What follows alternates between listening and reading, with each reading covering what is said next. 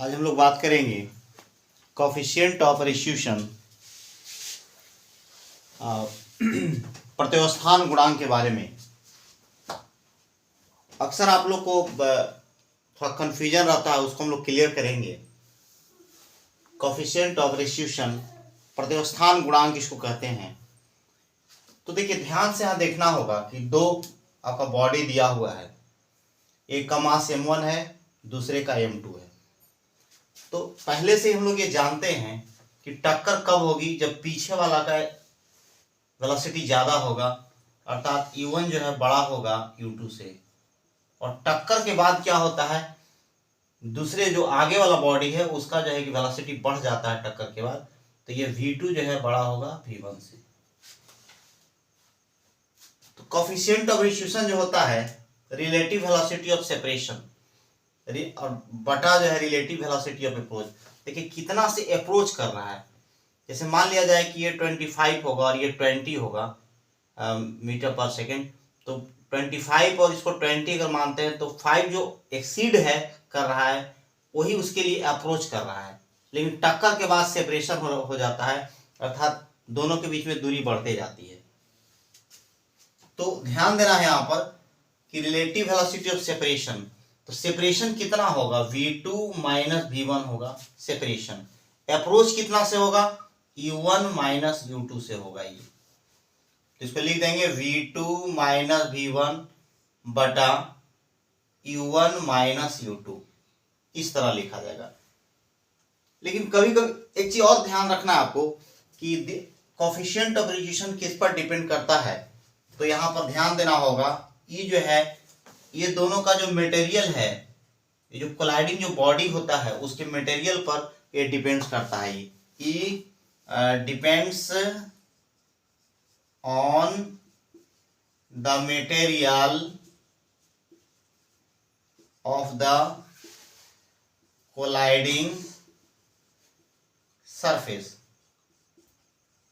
मैंने टक्कर वाला जो सतह है, टक्कर वाले सतह के पदार्थ पर निर्भर करता है, के पदार्थ पर निर्भर करता है। ये अगर आपसे पूछा जाए कि ई किस पर डिपेंड करता है, जैसे कि हम लोग बहुत सारा पढ़े हुए पहले, कोफिशिएंट ऑफ फ्रिक्शन किस पर डिपेंड करता है, उसी तरह यहाँ भी ई किस पर डिपेंड करेगा। तो जो कोलाइडिंग सरफेसेस होगा, कोलाइडिंग सरफेसेस लिख सकते हैं, सरफेसेस होगा उसके मटेरियल पर डिपेंड करेगा ई का वैल्यू। और ई का वैल्यू कहाँ से कहाँ तक होता है, 0 लेस देन और equal to e less than equal to 1 होगा। ये इसका वैल्यू होता है। अगर परफेक्टली इलास्टिक होगा, परफेक्टली इलास्टिक की बात की जाए, पूर्ण प्रत्यास्थ टक्कर होगा तो ई का मान 1 हो जाएगा। और परफेक्टली अगर इनइलास्टिक होगा, कॉलिजन, तो ई का मान 0 लेंगे हम लोग। परफेक्टली इलास्टिक कॉलिजन के लिए 1 लेंगे और परफेक्टली इनइलास्टिक कॉलिजन के लिए हम लोग क्या लेते हैं, 0 लेते हैं। अब देखिए इसको और जो है हम लोग बेहतर ढंग से समझें। अगर मान लिया जाए कि किसी बॉल को ऊपर से गिरा दिया जाए किसी सरफेस पर,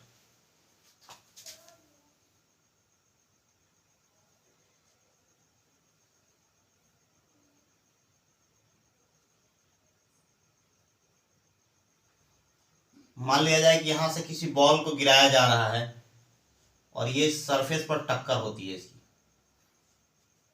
तो यू मान लिया जाए, जब गिरेगा टच करेगा, और रिबाउंड से करके जो उठता है उसको भी मान लिया जाए। एच हाइट से उसको गिराया गया है और टक्कर के बाद स्मॉल एच हाइट उठता हो, ये हम लोग देख रहे हैं। तो आप यहां जानते हैं कि अगर गिरेगा तो कितना होगा, √2g कैपिटल H हो जाएगा जितना से गिराएंगे, और v इक्वल टू कितना होगा, √2g स्मॉल h, क्योंकि हम लोग ये मोशन अंडर ग्रेविटी में पढ़ा था। अब देखिए टक्कर हमेशा दो के बीच में होती है, तो सरफेस को हम लोग मान लें 2, बॉल को मान लें 1, अर्थात दो बॉडी हम लोग को कंसीडर करना होता है। तो हम लोग मान ले बॉल को 1 मान लें और सरफेस को क्या मान लें, 2 मान लें।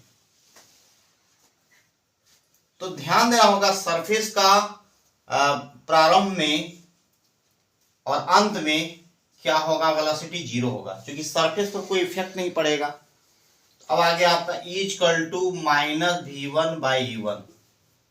अब देखिए यहां ध्यान देना है यहाँ पर कि इसको अगर हम लोग U1 ले ले, U1 अगर यहाँ पर ले ले, ये देखिए 1 के लिए इनिशियल हो गया, तो कितना हो जाएगा आपका, ये देखिए डाउनवर्ड है तो माइनस हो जाएगा यहाँ पर u, और ये देखिए माइनस पहले से ये y डायरेक्शन में है तो ये प्लस ले लेंगे v, तो E हो जाएगा v/u, तो v क्या हो जाएगा, eu हो जाएगा।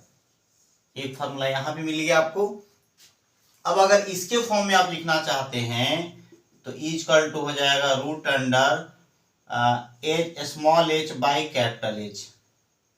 क्योंकि इसको डिवाइड करेंगे तो ये आपका रिजल्ट आएगा। ये तीसरा फार्मूला आ गया। अब इसमें हम लोग को लॉस इन काइनेटिक एनर्जी निकालना है, कितना काइनेटिक एनर्जी लॉस होता है। तो लॉस इन काइनेटिक एनर्जी का फार्मूला क्या होगा, लॉस परसेंटेज लॉस डायरेक्ट निकाला जाए, percentage loss in kinetic energy, तो ½ mu² -½ mv² by ½ mu² into 100। अब देखिए इसमें हम लोग वैल्यू पुट करें v का और फिर रिजल्ट आ जाएगा। देखिए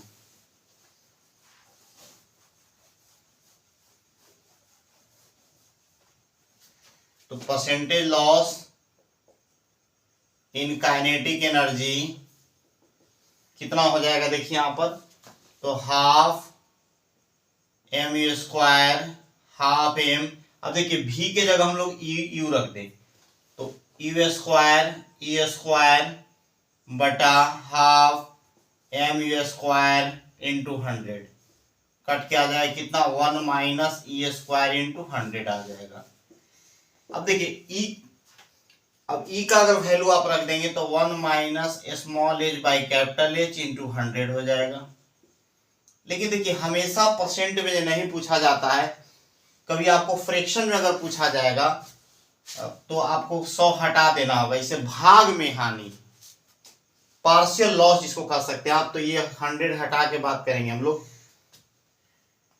एक और एग्जांपल लें, अगर बॉल इस तरह अगर कोलाइड करेगा सरफेस से तब क्या होगा फार्मूला।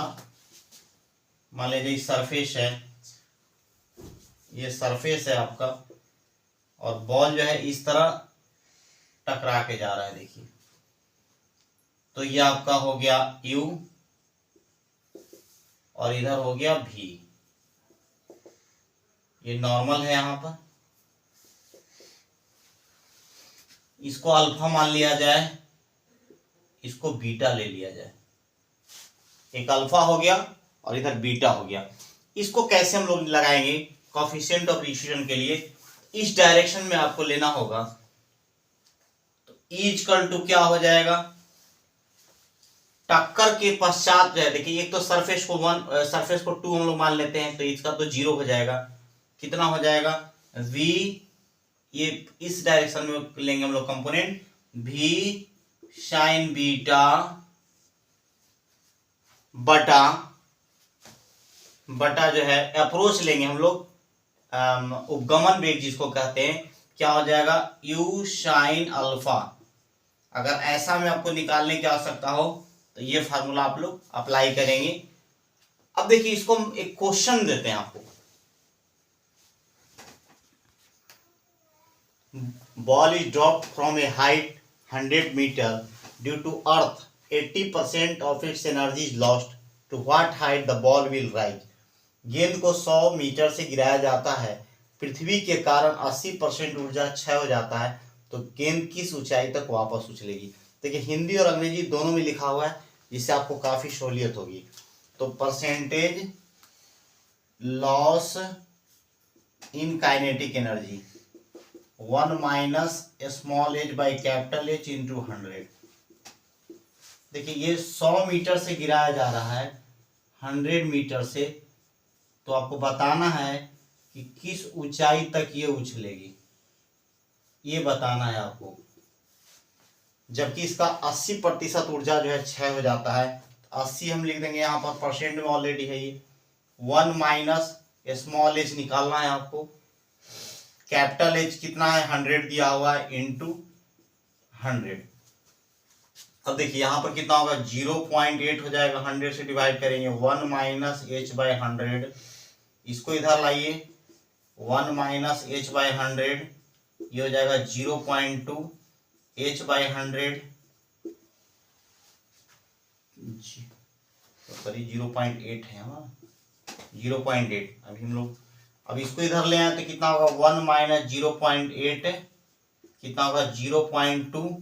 तो एच इक्वल टू हो जाएगा 0.2 इंटू 100, कितना होगा, एच बराबर 20 मीटर होगा। देखिए अर्थात 100 मीटर से गिराया जाएगा। तो अगर 80 ऐसा कोई सरफेस हो, ऐसा पृथ्वी का सतह है वहां पर, तो उसके 80% ऊर्जा को खा जाता है वहां पर, तो आपको कितना उछलेगा, वो 20 मीटर उछलेगा। ये देखिए ये आपका आंसर हो गया कि अगर 100 मीटर से गिराया जाए और ऐसा सतह हो जो उसके 80% ऊर्जा को लॉस कर देता है, काइनेटिक एनर्जी को, तो कितने हाइट तक वो रिबाउंड्स होगा, तो 20 मीटर तक होगा। ओके, देखिए यहाँ पर इसको आप ऑप्शन लगा सकते हैं यहाँ पर।